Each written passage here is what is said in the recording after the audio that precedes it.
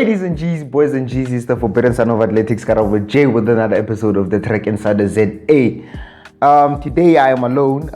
What a hassle it has been to shoot this episode. Welcome to another episode of the TrackInsider ZA, episode 11. It's a new week, different feeling, different everything. As you can see, it has been a hassle because of the lights that I had to get in here. And yeah, charging this thing, it was low and all that. Thank you for coming back. Thank you for viewing the TrackInsider ZA. Thank you for being here with us today.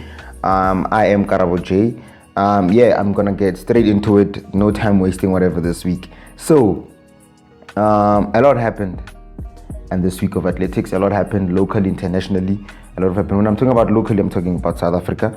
A lot happened, but let's now get into it. With a lot that happened, but also we capture the highlights of the week. So we captured not only everything that happened this past week, but the important things. If something important happened, something that's really of great attention that happened in the world of athletics, we cover that. So it was firstly the Gateshead Diamond League, the same day with the Boston City Games. With the Gateshead Diamond League, the all-star females race, the 100-meter field, the top 100-meter field, Dina Asher-Smith won that one. The Diamond League as a whole, the event it was the first Diamond League of the year. Very interesting, easy to watch, I think, because you think, or rather, the athletes that are going to win are the athletes you thought they would win because of form and the latest races they've had in terms of like Sha'Carri Richardson. I say Sha'Carri Richardson would win the 100 meters, the women's 100 meters, based on form, but she didn't, and that's also interesting. That's what's interesting. I'll forever say athletics is athletics. That's athletics being athletics. Anyways, Dina Asher-Smith won that race, the women's 100-meter race, in a time of 11.35. I think she beat Marie-Josée Thelou, Ellen Thompson, Shelly Ann Fraser-Price, Sha'Carri Richardson, with 11.35, but with a minus 3.1 headwind. It was really bad. The wind was bad. The weather was bad overall, but the ladies were able to give a good race. There were some other races. The 15, I think there was the men's 200 or the men's 100 between the two. And then that was the highlight of the day. It was a top filled with stars, filled with probably the Olympic podium. That's for me, that's my opinion, the Olympic podium in the 100 meters, the women's 100, probably that's the podium. I'm talking about the gold medalist, the silver medalist, and the bronze medalist will come out of that race. That Gateshead Diamond League, somebody, or rather the three medalists of the Olympics will come out of that race. And then there was the Boston City Games. With the Boston City Games, it was in Boston. It usually happens every year. It's something that happens every year on the streets. They mount a track on the streets of Boston. Most of the Adidas athletes compete there. It's the first meet of the year, whatever it is. There's a street mile. There's your straight 200s. There's your straight 150s. There's your 100-meter hurdles on the road. And the hurdles are so interesting. The hurdles actually fit into the lanes. So interesting. I've never seen those hurdles before. Those hurdles are a great invention, by the way. And then with that, Shone Miller-Wibo won the 200-meter or the straight 200 meters in a 22.08. I tell you now, that was a straight jog from Shone. She was floating. She was enjoying it. She was really not putting in the hardest work ever, not putting in the hardest effort. I said it last week with Thappies that people are making running look easy. The athletes these days are making running look easy, are making athletics look easy, throwing, jumping, whatever it is, they're making it look easy. And I think it's really a good time for athletics. Athletics is gonna grab the spotlight every single month, every single time. I'm telling you, athletics is becoming a big sport. And please help us to let athletics become a big sport by subscribing to this channel, by liking this video, by sharing these videos, by sharing anything that you can share to prove and to grow athletics. And then Wade van Niekerk, same meeting, he ran in the street 200 as well, but slowed down at the end. No, I think it was the 150. It was the 200. Yeah, 200. Slowed down at the end. but he says it was just some tightness, nothing serious. We don't know. I don't know if this is gonna happen with such big races or races of this magnitude. Is he gonna move forward doing the same thing? Is he all clear? That's what I'm thinking about. Does he have that fear that, oh, I might do this, so I think Wade needs to get through that, And then news in other parts of the world, we had Miltos Tentoglu of Greece going 8.6 meters in the long jump, 8.60 meters in the long jump. That's really promising and really beautiful from him. It's the 16th of all-time jump. It's very interesting going into the Olympics now. I think he's one of the potential medalists probably, together with a whole lot of, I think there's 2 USA guys. The guy that just came back now after his ban or something. He just came back. There's Escavaria, the world champ. So the world champ. There's Gale as well from Jamaica. There's Escavaria from Cuba. So it's really interesting in the long jump. I think there's also Rashul Samai going into the Olympics. But we will see more of the athletes during these Diamond League meetings, during these World Athletics Continental meetings. So it's really interesting. And then with the Diamond League, the Doha Diamond League. So the Gateshead Diamond League happened that Sunday. Not the Sunday, the yesterday Sunday. No, that Sunday, the previous Sunday. And then this Friday, meaning the past Friday, was the Doha Diamond League. That was the second Diamond League meeting of the year. Michael Norman in the 400 meters went 44.27 with a new world lead in the 400. And he beat Fred Kelly, who's been running 2 sub-10s, who has 2 sub-10s, and Kirani James. So these 3 men, all of them have a sub 44 second 400. So it was really interesting going into this race. Highly anticipated Fred Kelly for me this season because he's running 100 meters, 2 sub-10s. He has to run the 200 meters. I think he has a 20.1 or 20.0. Kirani James, obviously coming back from that long injury. We welcome Kirani James. Welcome back. It's really competitive. There's Wade van Niekerk as well. So it's the 400 meters is also something interesting. But in this Diamond League, the Doha Diamond League, Michael Norman of the USA won it in a time of 44.27. And then what happened at that meeting as well is that Timothy Cheruiyot set a world lead in the 1500 meters of 3:30 and 48 seconds.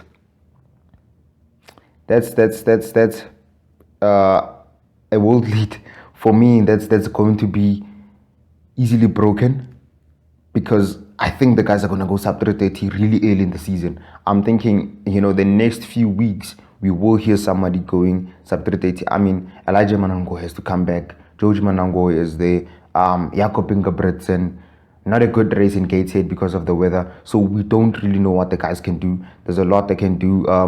They're going to break the 3:29 barrier or 3:30 barrier. But I saw tracks the saying, these guys, or the world record of the 1500 meters might be broken.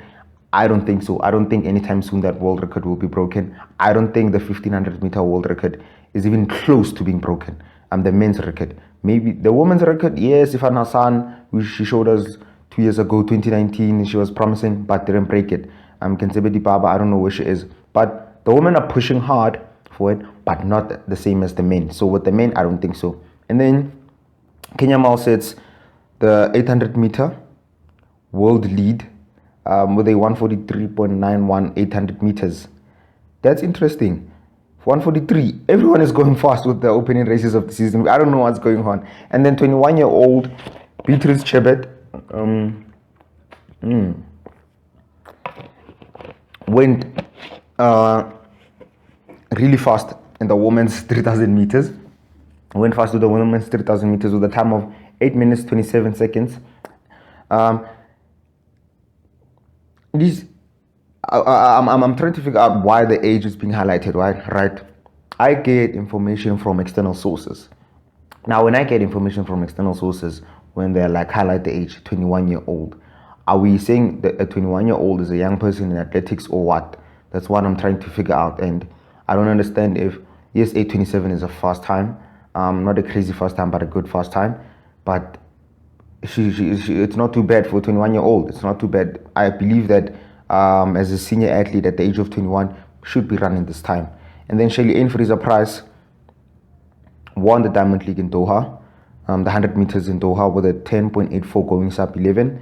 That's beautiful. And then Kidney Bednarek dip Andre de Grasse, close one, with a 19.88 and a 19.98. So Andre de Grasse went 19.98 and Kenny Bednarek went 19.88. And then Rai Benjamin, beautiful race, beautiful running, went 47.38 with a new meeting record. That's absolutely amazing, absolutely amazing, absolutely amazing. Down with the international news. We're dealing with now the local news, or rather the local things that have been happening in South Africa. We had the classic qualifier.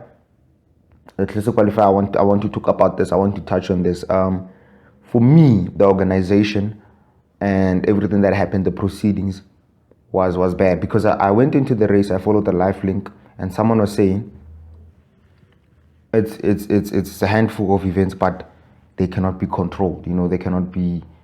The meeting is not running as efficient as it should be. I mean, it's only a few events. I think it was 6 or 7 events or races, but you know, it was slow. The program was the starting of the races were late. I just don't know what was happening.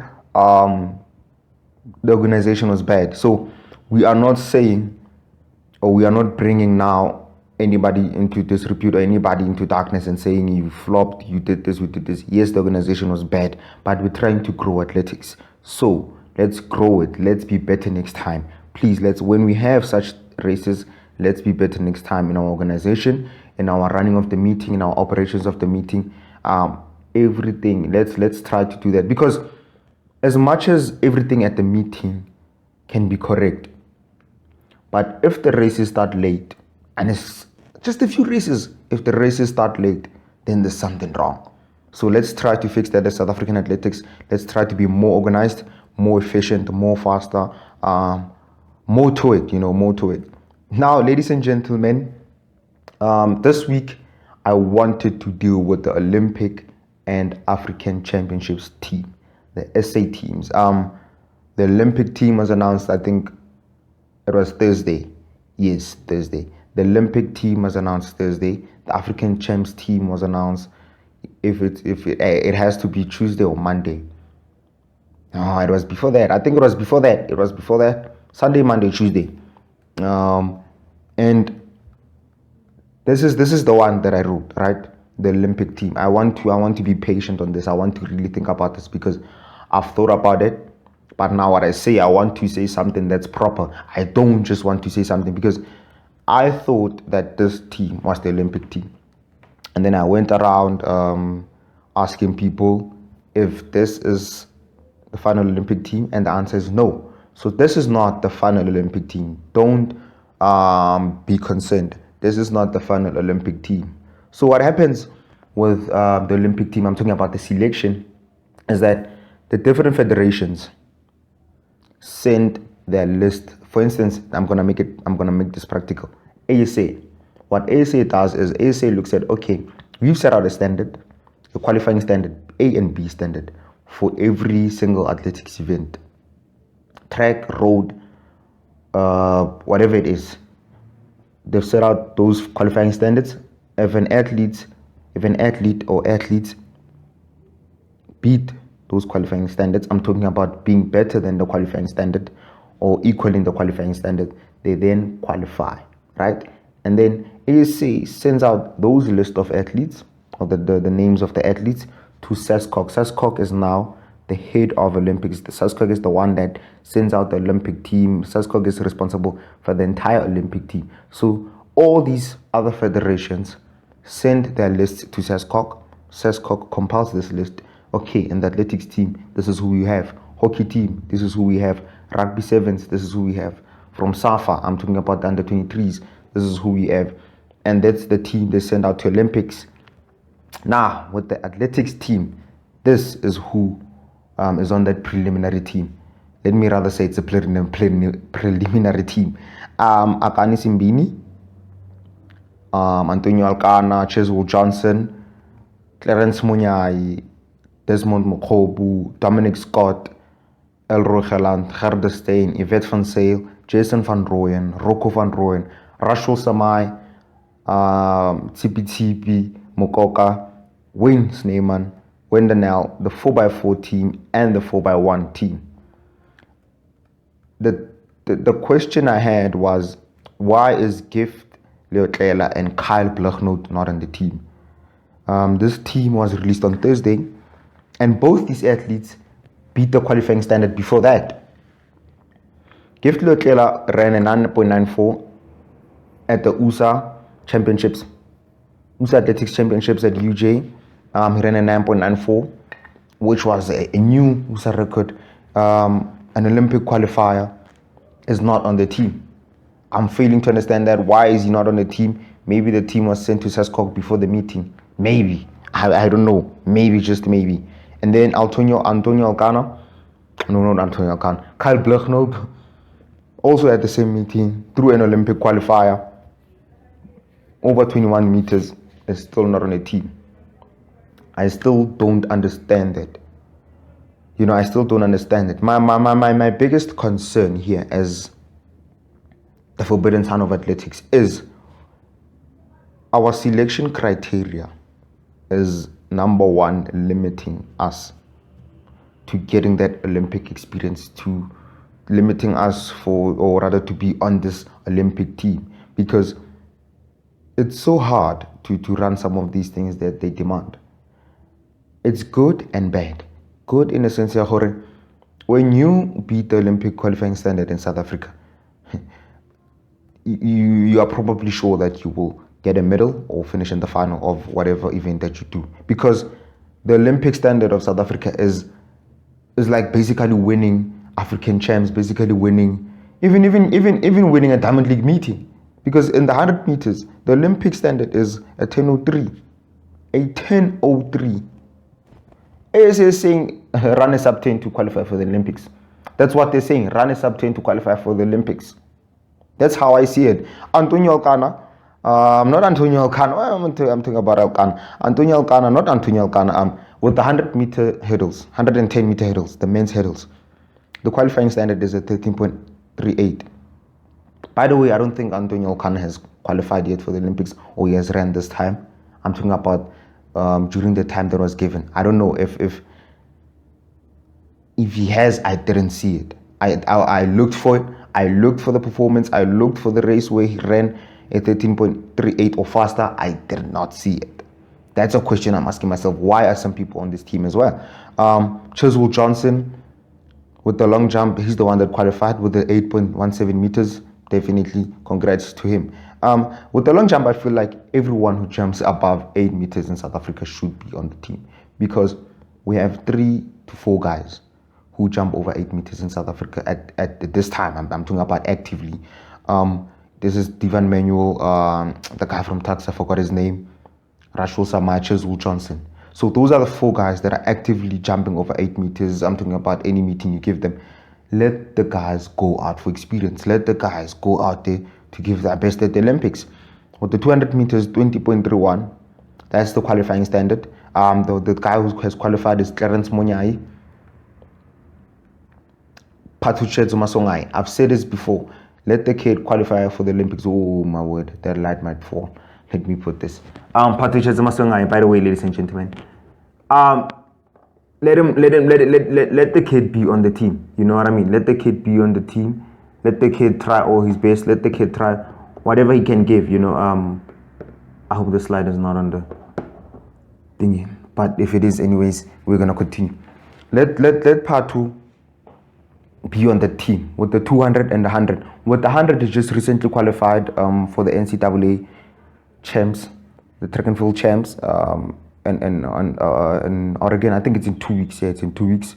At Oregon University, the University of Oregon, Hayward Field. He will be running in the 100 meters, and he's part of the top 10 NCAA times, and he's not even qualifying for the 100 meters. That's how crazy it is. Desmond Mokhobu is the one that qualified for the marathon. You have your Dominic Scott, who qualified for the 5,000. Elroy the marathon as well. Gerda Steyn, Yvette van Zyl. These are the guys I'm happy about. These are the guys that I'm happy about. Elro, with his experience, obviously has TP Mokoka. Stephen Mokoka, finished 4th last year or 2019 at the World Champs. That's good for him. Elroy has the experience. Gerda and Yvette are absolutely doing amazing. Desmond Mokowe, I think that group of Hendrik Ramal is doing well as well. Precious Mashele is not running the marathon but was looking to qualify for the 5,000 at the classic qualifier. Or qualifier, classic qualifier. So, and then 4x1, 4x4 teams. Now, as I've said, there's some people I felt like needed maybe to be given 2-3 times or 3 opportunities to better their performances before putting them on this Olympic team. There are some people that should be on the Olympic team. There's some people that should be on this Olympic team. There's some people where we should be asking ourselves, is this person ready for the Olympics? Is this person ready for the Olympics? That's a question I'm asking myself every single time when I see these teams come out, especially the preliminary teams. But because it's not the final team, I am going to also review the final team. I am going to share my opinion of who and what this person will do. Who is this person and why did they qualify, the performance they qualified with. We are going to do that on the TrackInsider ZA. Now, with the African Champs team, right? The dates were finalized, by the way. The African Champs are on the 23rd to the 27th of June 2021 at Lagos, Lagos, Nigeria. That team, that South African team, it's also a preliminary team. But I feel like with that should be the final team, né? With a few people in there. African Champs, as I told Thappies last week, South Africa is number 1 in Africa, is the number 1 country in South Africa in terms of all events in athletics. Why not take the top 3 of nationals, take them there? Why not? Let us do this as a country. Let's see what will happen. Even if it's the top 2, I know people will complain about funding. We don't have funding. We don't have enough this and this and this to take these athletes to the African Champs. But let us give our athletes that chance. Let us give our athletes that experience. Let us not shy away from taking those risks at times. I'm telling you now, athletics is a growing sport. But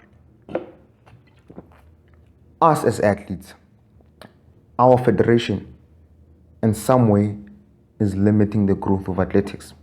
That's how I see it. And with me seeing it this way, I'm talking about looking at the qualifying standard. Why are we now saying you need to run a 10:03 to qualify for the Olympics? That's a standard set by the federation. Why are we saying run a 20.31?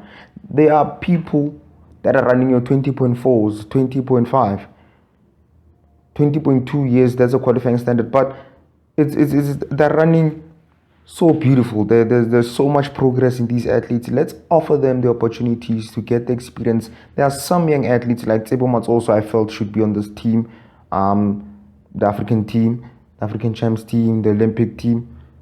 Let's go out there and give our young athletes the experience. With the relays as well, I felt like the 4x4 mixed relay should be going out and go to display what they can, because let's give our athletes that experience. I was happy for the experience they got at the World Relay Champs, but now why are they not there on the Olympic team? Why are they not there on the African Champs team? You look at middle distance in South Africa. Yes, we are not the best. I'm even gonna be honest, I'm a middle distance athlete. We are not the best. I think gents are even struggling, women are even struggling to run. I'm talking about internationally competing times. There's no one going sub 340 with the men. A junior athlete won the university champs. So we are struggling in that sense. And we have a junior athlete as well, Prudence Hodiso, winning our senior nationals. So with the distance, I understand. There's a long way to go with the distance. But the change is there. You find your Hendrik Ramala group. You find your Sepeng's group.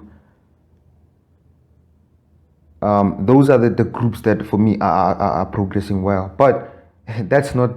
This is why I'm stopping, because I'm losing myself. I was talking about the African Champs team giving athletes experience, giving athletes the opportunity to really run for their country on that continental level. If South Africa sends out a big team, they can win African Champs. If South Africa sends out a big team, we will have confidence in our athletes moving forward for the Olympics. I know that there's so many opportunities that these athletes can get in South Africa, but let us give them the opportunities nationally. Ladies and gentlemen, I can mention a lot. I can say a lot about our selection criteria, about our selection procedures, and how we do things as ASA or SASCOG. But it gets to some point whereby I do not make the decisions. And I'm calling out all the decision makers, all the board members, all the commission members to please listen to the athletes at times. Let the athletes call the shots. Give the athletes an opportunity. Athletes are not given an opportunity. Athletes are wearing these jackets and saying, thank you for supporting my Olympic journey. But do you really have a voice? Do you really have an opinion that can be shared and that offers of decision makers? Let's put our athletes forward. Let's put our athletes first. And maybe we will have a better team. Maybe we'll have a better Olympic team. This is how many people for the Olympics. Let me see. 1, 2, 3, 4, 5, 6, 7, 8, 9, 10, 11, 12, 13, 14, 15. 15 athletes plus the 4x4 team, which is approximately 6 athletes. That's 21 plus another 4x1, 6 athletes. That's 27 athletes. Possible 27 athletes. Could be more. If I made the decision, I would have probably 40 athletes, and maybe 2 for each event. Ladies and gentlemen, moving on. By the way, I don't want to stress too much about this, but as long as the final teams are not out, I'm not stressing too much on it. But when the final teams come out, I am going to share my full depth opinion and everything. Athlete of the week this week. It's a bit tough. We had a tough week. We had Yvette van Zyl. Yvette van Zyl was last week. We had the classic qualifier, Caster Semenya running well with the 5,000, by the way. Unfortunately, did not qualify for the Olympics, did not hit the Olympic standard. Precious Mashele was another one who was going for it with Mbuleli Mhlanga. They did not hit the standard. I think, with the classic qualifier, nobody beat the standard except for the Kenyan guy in the 5,000 meters who ran at 13:12. No South African beat the standard. You see such things. There's such events, but no South African is beating the standard. But they're pushing and trying so hard. Give the athletes an opportunity. Athlete of the week for me, I'm trying to look at Dina Asher-Smith or Shone Miller-Wibo, because Dina Asher-Smith came with the performance, big race, big occasion. I think it was the first Diamond League meeting of the year, She won it against a superb field of athletes. Shone Miller-Wibo, on the other hand, who cruised a straight 200 meters. So I'm struggling between that. If you had to vote, who would you choose? But today, I will give it to Dina Asher-Smith for beating a top field, for being the number one at the Gateshead Diamond League, the women's 100 meters. She ran beautifully. Well done. The headwind minus 3.1 could have been faster. I think Shakira maybe could have done something if the wind was not that powerful. But anyways, ladies and G's, boys and G's, it has been the Forbidden Son of Athletics, KaraboJ, with another episode of the TrackInsider ZA. I was alone this week. Thappies will be joining me hopefully next week. And from me to you, I say goodbye.